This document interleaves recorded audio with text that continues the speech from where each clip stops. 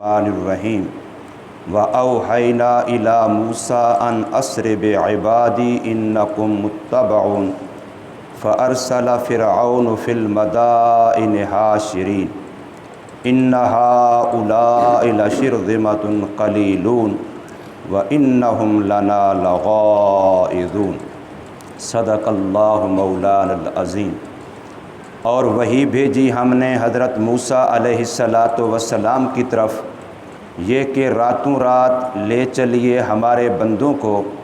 بے شک تمہارا پیچھا کیا جائے گا۔ پھر بھیج دیا فرعون نے شہروں میں جمع کرنے والوں کو کہ بے شک یہ ایک گروہ ہے تھوڑا سا، اور بے شک وہ ہمیں البتہ غصہ دلانے والے ہیں۔ سورۃ شعراء کے چوتھے رکوع کی یہ ابتدائی آیتیں آیت نمبر 52، 53، 54 اور 55 آپ کے سامنے پڑھی اور ترجمہ کیا ہے۔ قرآن مجید چونکہ قصے کہانیوں کی کتاب نہیں ہے، اس لیے کسی بھی واقعے کو بالترتیب قرآن بیان نہیں کرتا، بلکہ جہاں جس موقع پر جس بات کی ضرورت ہوتی ہے، موقع کی مناسبت سے بات سمجھانے کے لیے قرآن مجید اس حصے کو نقل کرتا ہے۔ اس سے پچھلی آیتوں میں یہ بات آئی تھی کہ جس وقت موسیٰ علیہ السلام نے فرعون کی دربار میں آ کر کے 2 معجزات دکھلائے تو فرعون نے یہ کہا اور اس کے درباریوں نے بھی یہ کہا کہ یہ جادوگر ہے، لہٰذا سارے ملک سے جادوگر بلائے گئے، جمع کیے گئے، مقابلہ کرایا گیا۔ اس میں ان کو شکست فاش اور ذلت و رسوائی کا سامنا کرنا پڑا، باوجود طاقت کے، حکومت کے، سب کچھ کے حق کے مقابلے میں ان کو شکست ہوئی۔ اب حق تو یہ تھا کہ یہ فوراً مان لیتے، لیکن انہوں نے الٹا راستہ اختیار کیا کہ وہی جادوگر جو حق کو حق سمجھتے ہوئے مسلمان ہو گئے، ایمان لے آئے موسیٰ علیہ السلام پر، انہوں نے ان پر طاقت استعمال کر کے ان کو قتل کرا دیا اور درختوں کے ساتھ ان کی لاشیں لٹکوا دیں، نشان عبرت بنا رہے ہیں تاکہ دوبارہ کوئی اور بندہ حق قبول نہ کرے۔ لیکن اللہ کا کرنا ہے، اور حق کی سرشت میں یہ بات داخل ہے کہ حق والے کبھی دبتے اور جھکتے نہیں ہیں، جیسا کہ آپ نے انہی جادوگروں کا یہ جملہ پڑھا تھا کہ جب فرعون نے طاقت کے استعمال کرنے کی دھمکی دی تو انہوں نے صاف کہا جو کچھ تیرے سے ہو سکتا ہے کر گزر۔ اب ہم نے مانا ہے، اس لیے مانا کہ آخرت بنانی ہے، تو جان سے مار دے گا اور کیا کر دے گا، تو جان سے تو ایک دن مرنا ہی ہے، لیکن ایمان کے ساتھ جائیں گے تو ہمارا ایمان ہماری جان سے زیادہ قیمتی ہے، اس لیے جان تو دے سکتے ہیں پر ایمان کا سودا نہیں کر سکتے، اور انہوں نے ایسا کیا۔ اور جب حق پہ ڈٹ کے وہ شہید ہوئے تو پھر خون کی ایک برکت ہے، تو اس کی وجہ سے اب موسیٰ علیہ السلام کا دین بڑی تیزی سے پھیلنے لگ گیا، اتنا تیزی سے پھیلا کہ خود ارکان حکومت جو تھے وہ پریشان ہو گئے۔ سورۃ اعراف نامے سپارے کے اندر یہ بات آتی ہے کہ انہوں نے فرعون کو کہا کہ تو نے اس موسیٰ علیہ السلام کو خواہ مہلت دی ہوئی ہے، رات دن اس کے ہواری بڑھتے جا رہے ہیں اور یہ تو آپ کے لیے خطرہ بن جائیں گے، آپ نے اسی کی پیدائش کے وقت کتنے بچے ذبح کروائے تھے اور یہ تو آپ کے لیے خطرہ بن جائے گا۔ تو فرعون نے ایک دفعہ پھر یہ حکم دیا تھا کہ بنی اسرائیل میں جو بچہ پیدا اس کو ذبح کر دو تاکہ ان کی افرادی قوت نہ بڑھے۔ وہاں سورۃ اعراف کی آیات کے تحت تفسیر روح المعانی کے حوالے سے علماء نے لکھا کہ فرعون نے بنی اسرائیل کے لڑکوں کو قتل کرنے کا معاملہ 2 دفعہ کیا ہے۔ ایک دفعہ کیا ہے جب ان کو جادوگروں نے، نجومیوں نے بتایا تھا کہ ایسا بچہ پیدا ہونے والا ہے جو آپ کی سلطنت کے لیے خطرے کا باعث بن سکتا ہے، تو اس وقت 80,000 بچہ بنی اسرائیل کا ذبح کروا دیا تھا۔ اور ایک دفعہ اب پھر کیا ہے تاکہ ان کی افرادی قوت زیادہ نہ ہو، جیسے آج کل یہ منصوبہ بندی اس لیے ہے کہ کافروں کی تعداد تو ویسے کم ہوتی جا رہی ہے اور مسلمانوں میں ایک کے بچے بہت زیادہ ان کی تعداد بڑھتی جا رہی ہے، تو آئے دن کو خطرہ پڑتا ہے کہ یہ کھائیں گے کہاں سے، تو اس کے لیے منصوبہ بندی ہوتی ہے کہ چھوٹا گھرانہ ہو، فلاں ہو فلاں ہو۔ تو اس وقت فرعون نے پھر بہت سارا گویا کہ افراد اور بچے دوبارہ قتل کروائے۔ لیکن قرآن مجید نے ابھی یہاں پر اس واقعے کو نقل نہیں کیا۔ قرآن نے اس سارے قصے کو چھوڑ کے یہ کہا کہ جب فرعون جادو کی شکل میں بھی شکست کھا چکا اور طاقت استعمال کر کے بھی حق والوں کو نہ دبا سکا اور ان کی طاقت اور ان کے افراد بڑھتے چلے گئے، لیکن فرعون نے ظلم کا سلسلہ جاری رکھا، تو پھر بنی اسرائیل نے موسیٰ علیہ السلام سے عرض کی کہ یہاں تو ہماری نسل کشی ہو رہی ہے، ہم طاقت سے اس کا مقابلہ نہیں کر سکتے، تو پھر اللہ نے حضرت موسیٰ علیہ السلام کو ہجرت کا حکم دیا۔ اب یہاں پر تقدیر اور تدبیر کا تقابل شروع ہوا کہ موسیٰ علیہ السلام بظاہر تدبیر کر رہے ہیں کہ میں بنی اسرائیل کو ان کے ظلم سے بچا کے یہاں سے نکال کے لے جاؤں۔ وہ رات کو منصوبہ بندی مشورہ کر کے رات کو نکل پڑے، اور فرعونیوں کو پتہ چلا کہ ہمارے محتاط، ہمارے نوکر چاکر، ہمارے چوکیدار، ہمارے کام کاج کرنے والے، وہ ہماری روٹیاں کھانے والے، وہ کہاں چلے گئے، لہٰذا تعاقب کرو۔ انہوں نے فوراً شہروں میں اعلان کروایا، لوگوں کو اکٹھا کیا اور ان کے تعاقب میں لشکر روانہ کر دیا، فرعون خود بھی ساتھ۔ اب فرعون تدبیر کیا کر کے جا رہا ہے کہ میں ان کا نام و نشان مٹا دوں گا، اور موسیٰ علیہ السلام تدبیر کیا کر کے جا رہے ہیں کہ میں بنی اسرائیل کو بچا کے لے جاؤں گا اپنی اس چال سے کہ ان کے تعاقب میں، ان کی پکڑ میں نہیں آئیں گے۔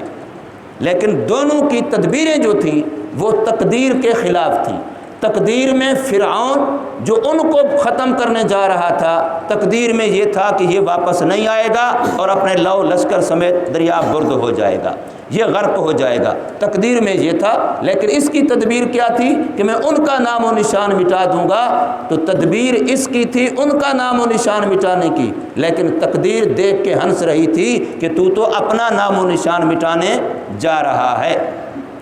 اور موسیٰ علیہ السلام کہ تو ان سے بچ جائے گا، ان سے تو نہیں بچے گا، اللہ تجھے دریا سے کیسے بچائے گا اور کیسے وہاں سے پار ہوگے۔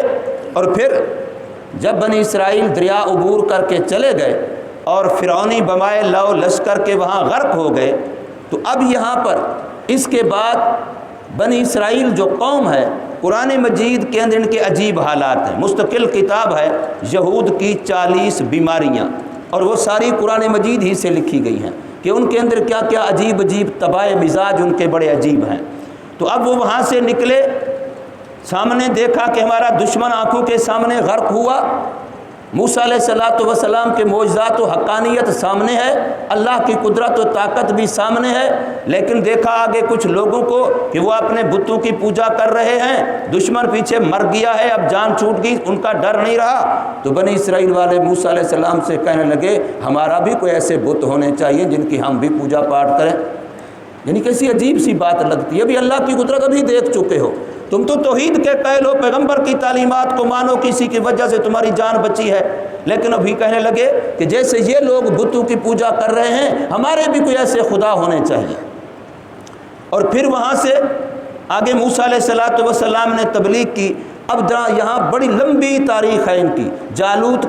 طالوت کا قصہ ہوا، وہ نہر میں پانی پینے کا قصہ ہوا، اور جہاد کا قصہ ان کا ہوا۔ یہ فلسطین اور شام کی طرف چلے گئے، یہ مصر کی طرف واپس نہیں ہے۔ مصر کی طرف ان کی نسل در نسل بعد میں حضرت سلیمان علیہ السلام کے زمانے میں واپس آئی، لیکن قرآن یہاں کہہ رہا ہے کہ ان بنی اسرائیل کو جن کو موسیٰ علیہ السلام نے یہاں سے نکالا اور فرعون تعاقب میں ان کو ختم کرنے کے لیے نکلا، اللہ نے تقدیر میں یہ لکھا تھا کہ فرعون نکلے اور ادھر غرق ہو جائے، اور اس کی جو پیچھے دولت ہے، اس کے جو محلات ہیں، اس کے جو باغات ہیں، اس کے جو کھیت ہیں، اس کے جو شہر ہیں، یہ سارے اللہ انہی بنی اسرائیل کو وارث بنا دے، ان کو دے دے۔ اب حالانکہ ملک ان کو رہے ان بنی اسرائیل کی نسل در نسل، بہت بعد میں جا کے حضرت سلیمان علیہ السلام کے زمانے میں بنی اسرائیل دوبارہ مصر میں آ رہے ہیں۔ پہلے مصر میں کب آئے تھے؟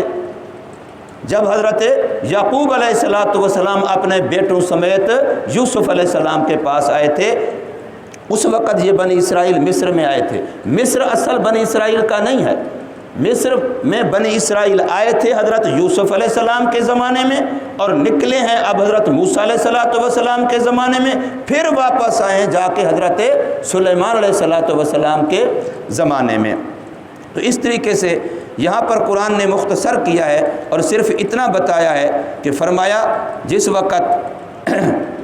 موسیٰ علیہ السلام کی قوم پر فرعون نے ظلم کے پہاڑ توڑے تو پھر اللہ نے موسیٰ علیہ السلام کی طرف وحی کی وَأَوْحَيْنَا إِلَىٰ مُوسَىٰ اور وحی کی ہم نے حضرت موسیٰ علیہ السلام کی طرف ان اسرِ بعبادی، یہ کہ راتوں رات لے چل میرے بندوں کو۔ اب اللہ نے اپنے ماننے والوں کو عبادی، میرے خاص بندے، یہ نسبت اضافت تخصیص کی ہوتی ہے۔ اور اسرے کا لفظ یہاں بالکل ایسے آیا جیسے معراج کے لیے آپ 15ویں سپارے کی پہلی آیت کو دیکھیں تو وہاں اللہ پاک فرماتے ہیں سبحان الذی اسریٰ بعبدہ، تو راتوں رات کو سفر کرنے کو اسراء کہتے ہیں۔ تو فرمایا راتوں رات لے چل میرے بندوں کو، اور ان ہؤلاء، اس کے بعد انکم متبعون، آگے اللہ نے بتلا دیا کہ تم جاؤ گے لیکن تمہارا تعاقب کیا جائے گا، تمہارا پیچھا کیا جائے گا۔ فرعون آرام نہیں کرے گا، اس کو طاقت کا نشہ چڑھا ہوا ہے، وہ تمہارا تعاقب کرے گا۔ تو اس کے بعد جب فرعونیوں کو پتہ چلا کہ بنی اسرائیل تو یہاں سے چلے گئے، فَأَرْسَلَ فِرْعَوْنُ فِي الْمَدَائِنِ حَاشِرِينَ، پھر بھیج دیے فرعون نے شہروں میں جمع کرنے والے اپنے چپڑاسی دروغے کہ بھی لوگوں کو اکٹھا کرو، ان کا تعاقب کرنا ہے۔ اور علت یہ بتائی ان ہؤلاء لشرذمۃ قلیلون، یہ تو ایک چھوٹی سی جماعت ہے، اور ہماری بغاوت اور ہمارے قانون سے سرکشی اور رب الاعلیٰ کی نافرمانی، میں تو سب سے بڑا خدا ہوں، میری نہیں مان رہے اور میری حکومت سے خروج چاہتے ہیں، نکلنا چاہتے ہیں، نجات چاہتے ہیں۔ ان ہؤلاء، بے شک یہ لوگ ہیں، لشرذمۃ قلیلون، بالکل جماعت تھوڑی سی چھوٹی سی، وانہم لنا لغائظون، اور بے شک وہ البتہ ہمیں غصہ دلا رہے ہیں۔ جتنے بھی طاقت والے ہوتے ہیں، آج بھی آپ دیکھیں کسی سیاسی آدمی کو آپ ان کی مخالفت باقی کچھ بھی نہ کریں، وہ اچھا ہماری طاقت مانی کیوں نہیں ہے، ہمارا سلام کیوں نہیں کیا ہے، ہمیں سلوٹ کیوں نہیں کیا ہے، اس بات سے بھی ان کے اندر میں جلن پیدا ہوتی ہے۔ تو فرعونیوں کو اس سے وہ خود کہہ رہا ہے انہم لنا لغائظون، اچھا یہ سمجھتے ہیں کہ ہم ان سے بچ جائیں گے، ہماری طاقت سے، ہماری پکڑ سے نکل جائیں گے، یہ تو ہمیں اس کا مطلب ہے چڑھا رہے ہیں، غصہ دلا رہے ہیں، لہٰذا ان کو نہیں چھوڑنا اور ان کو پکڑنا ہے۔ آگے قرآن مجید نے بنی اسرائیل کے نجات پا جانے کا اور فرعون کی بنائی ہوئی ساری دولت کے وارث بن جانے کا تذکرہ فرمایا۔ اللہ تبارک و تعالی ہمیں قرآن کی سمجھ نصیب فرمائے اور عمل کی توفیق عطا فرمائے۔